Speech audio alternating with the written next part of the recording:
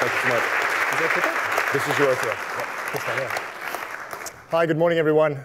This is my first time at Thinking Digital, and I'm really excited to be here, so thanks for having me over. As Herb mentioned, my name is Richter, and I'm a managing director with Accenture. And one of the passions I've always had in my life and in my career is disruptive new technologies, and especially technologies that can have a positive impact on the world. And I think blockchain is a fantastic example of this. You may know that blockchain has been incredibly hyped in the market recently, and I think, ironically, it's probably one of those technologies that few people really understand. So I want to spend a bit of time explaining what blockchain is, and I want to talk specifically about some of the use cases in the world where blockchain can have a very positive impact. Now, you can see some quotes up there from some of this hype we see in the media.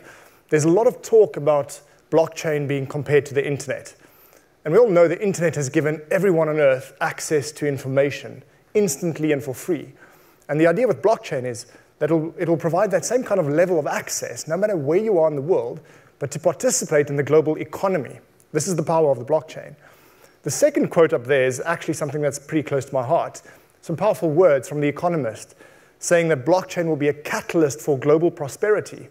And you can imagine that if you bring the third world and the developing economies into the main global economy, what impact that will have on everyone's lives. Gartner are predicting that within 10 years, 10% of global GDP will be stored on the blockchain. I mean, that's $10 trillion within the next number of years. And so there's no doubt that blockchain will touch each of our lives over the coming years as well. Okay, so you might wonder, okay, what is this amazing technology that's got all of this potential? And a lot of people are surprised to hear that the blockchain is simply a database. Just like any other database, you can put some data in it, and you can read some data from it. But there are a few crucial differences with the blockchain. The first is a traditional database gets installed somewhere on a server, right? And there's an owner of that server who maintains the data, and there's a single point of failure there. But crucially, you have to trust that owner of the database to give you access to the data and that they won't go and fiddle with that data. Now, blockchain is different because it's distributed. So let's say here at Thinking Digital, we wanted to start our own blockchain and share data with each other. We would each have a copy of the full database. It's distributed between us. There is no central copy. We all own the data between us. So that's the first big difference. And if anyone makes a change to the data, it immediately and instantaneously synchronizes across everyone's copies. So everyone looks at the same version of the truth. The second difference is more fundamental. And this is about how data goes into this database. Because we all have to agree on the data before it can enter this database, this concept of consensus. So no one can just unilaterally make a decision to put data into it. All of us have to review it and approve it, and only then does it go in. Right? So we know that the data is correct. And the third big difference is how security works in the blockchain. Now, in a traditional database, the security is layered around your data. And if you get through the layers, you have access to all the data. And we've seen this with some of the many hacks that have been in the media recently. But with blockchain, the security is woven into the data itself. Using advanced cryptographic techniques and some advanced mathematics, the blockchain is literally a chain of blocks of transactions, each one mathematically dependent on all of the previous transactions. So you can't go and change a transaction without breaking this chain, and that means that the data is immutable and can never be changed. So what does this mean? So if I look in my blockchain database that we've set up for Thinking Digital, and I see some data in there, well, firstly, I know that it's exactly the same view of the world that each one of you will have. We're all looking at the same data. Secondly, I know the data is correct because we've all approved it.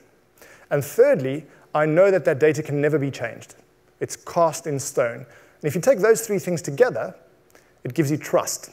And this is the crucial message of the blockchain. It gives you trust. In fact, it allows you to trust the data coming from a party, even if you don't trust that party itself. And this is really important. Now, you may ask, so what? Now you've got some data and you can trust it. Why is this so transformational? But think about our world economy and the mechanics of how our financial services industry works, the trillions of dollars that have been plowed into it. It's all based on the very simple principle that people are untrustworthy. Right? We're all here to do each other in. And the system is designed for that reason. And so you get a very complex picture that you can see on the left here, which just shows a simple transaction in the economy. Now, it could be someone buying shares, or it could be someone like me just going to a shop and buying some bread with my credit card. We found that on average, there are 13 different companies standing between me and the shop owner when I buy a loaf of bread with my credit card. the credit card companies, the banks, clearing houses, central banks. And the only reason they are there is because none of these parties trust each other. They all keep a very meticulous record of financial transactions and constantly check it against each other. How much do you owe me? Have you paid me? Prove that you have. This messaging flying between all these organizations is a third of the cost of running the capital markets. $1 billion a year is spent on people not trusting each other and formulating this kind of setup. Now, of course, cash doesn't have this problem, because if I buy the bread with a shiny coin, the shop owner walks away with a coin, and he knows that I'm not going to go spend that same coin again on something else, because he's now got it. And this is the breakthrough of blockchain, because it allows you to create a virtual object of value that has a lot of attributes similar to a physical object. So you can send someone electronic money and have all the advantages of an electronic money system, but everyone can be sure that I can't go and double spend that money on something else. So you've got that integrity in there. And once the financial services market moves to the blockchain, a lot of these parties, these 13 companies I mentioned, their roles will either fall away or change completely, and people will be able to transact directly with each other, even if they are on opposite sides of the world. Now, it's important to realize that this is not about saving rich people a bit of banking fees. But there will be some of that. But this system we've got at the moment is exclusive, and it excludes swathes of the world population who can't afford to participate in the economies. Right? And the power of blockchain is that you'll allow a farmer in Ghana growing some beans to be able to participate directly in the world economy without having to go through all these intermediaries where value leaks along the way. Now, money is not the only aspect of society where trust is an issue. We also consume a lot of products, and we have to be able to trust those products. So supply chain is another very big growth area for blockchain. Consider this. About 1 million people a year die from taking fake pharmaceutical products. Hundreds of thousands of babies in China have either died or been seriously injured because they've taken fake baby milk. Now, as a parent, I find that absolutely terrifying. You can imagine a parent going into a shop, buying a tin of baby milk, and they think it's okay. It looks exactly like every other brand they've ever purchased. They take it home and give it to their child, and the child dies because at some point some fake product was introduced. And that parent has no way of knowing whether the product is real or not. There's some other examples. Think about the horse meat scandal we've had, or the mad cow disease scandal, where supermarkets have scrambled to try and figure out where in their supply chain has this contamination entered. And it takes weeks. One of my clients in Accenture is an aeronautical company.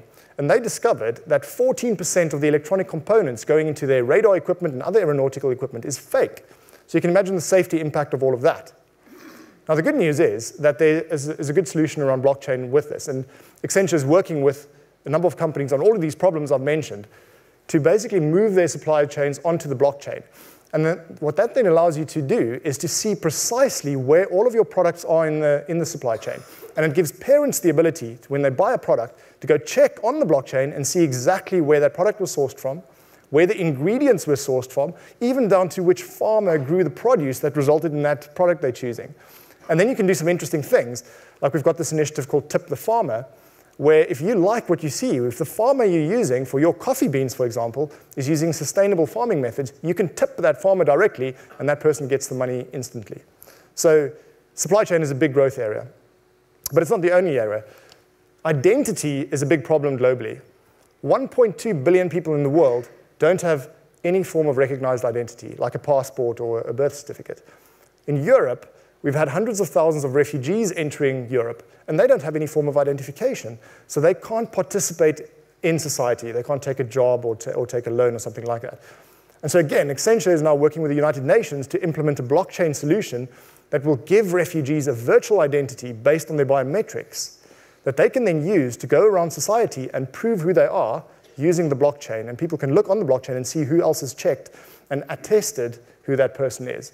And so this is a real driver for good in identity as well. Now, one question I get asked pretty commonly is, this is all great, and we can see all the power of the blockchain, but is this stuff real?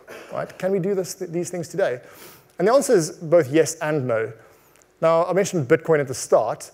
Bitcoin has been around for almost a decade now, and it clearly works. I mean, Bitcoin is probably the one most hacked technology in the world, right? Because if you break the blockchain under Bitcoin, you walk away with $160 billion worth of money, right? So the technology absolutely works. And we've seen over the past number of years the development of the technology to the point where now, where we are today, the technology is ready for prime time. Literally within the past few months, all the big blockchain platform providers have announced their production-grade version 1s of their platform. So the technology problem has been largely solved. The challenge we now have with blockchain is to get the mass market to start using it. And there's some fundamental problems with that. Because if you think about what blockchain does, it allows you to trust data even though you don't trust parties themselves. This means you have to sit around a table with parties who you don't trust and agree to use the blockchain, right? And this is difficult. So what we're expecting to see is this point of inflection that's going to happen now, this year. This is the year of the blockchain, where some big consortia in oil and gas, in shipping, in consumer goods will form a consortium, will start showing how easy it really is to use the blockchain and how value can be driven and how lives can be improved with the blockchain. And then it'll go mainstream. Now, looking to the future, there are so many more use cases for the blockchain. Once you have a society where trust is no longer the issue, where the data you have, you know you can trust. So for example, we can see a world where you don't have passports, right? Where your identity as you travel between borders is simply recorded on the blockchain and everyone can see where everyone has been. Elections, I mean, electronic voting at some point will be based on the blockchain because of the integrity, the certainty, the transparency that gives you, right? Fiat currencies, like the British pound, the US dollar, will eventually become cryptocurrencies. And this is not just a dream.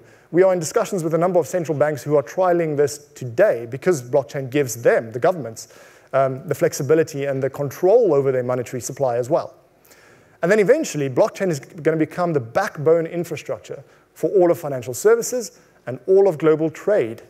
And at that point, we won't be talking about blockchain anymore because it'll just be the backbone of everything we do. So this is a very exciting topic, and I'm sure you agree that hopefully just with these few minutes that I've spent talking through the use cases, that blockchain can be a fantastic, powerful good in the world. So if you want to find out more about this, please reach out to me. Visit our Accenture website, where we've got loads of points of view on all of these topics. The case studies I've mentioned, we go into a lot of detail there. But also feel free to reach out to me on LinkedIn, and we can continue the conversation there. Thank you very much.